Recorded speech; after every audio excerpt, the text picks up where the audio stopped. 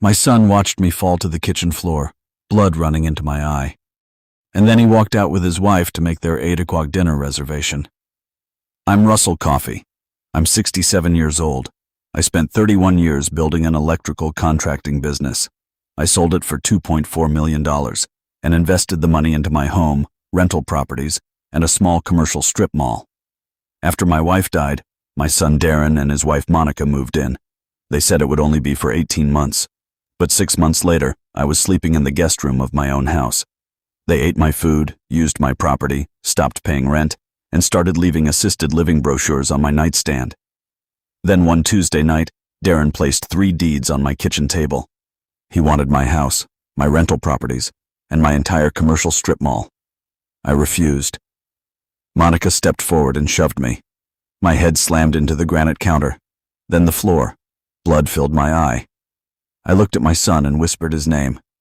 He looked down at me and said, "You'll be fine. Sleep it off." Then he picked up the papers and walked away. But Darren didn't know something. 2 years earlier, when his brewery was $19,000 behind on its loans and close to shutting down, I had secretly saved it. I created a company called Heartland Capital Partners. That company invested in his brewery and guaranteed his restructured loan. But I had added one special clause. If Darren or anyone running the brewery was ever involved in fraud, assault, elder abuse, or criminal conduct, I could call the entire loan immediately. That night, bleeding on my kitchen floor, I called my attorney. "Activate the clause. Tonight." The next morning, Darren and Monica came to my hospital room with the same documents. They thought I was finally scared enough to surrender everything, so I signed every page. They smiled and left.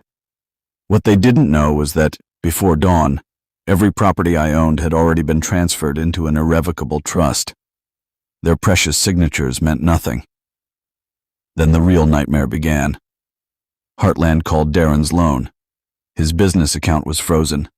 His brewery equipment was placed under legal hold. And then the police received something Darren never knew existed. My home security cameras had recorded everything. The shove, the fall, and my son leaving me bleeding on the floor. Days later, Darren was arrested. Monica was arrested too.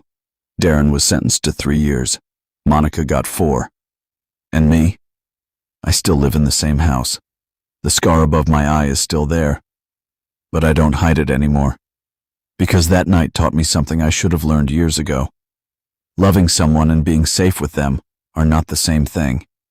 Sometimes the person you give everything to is the very person who teaches you how to protect what's left.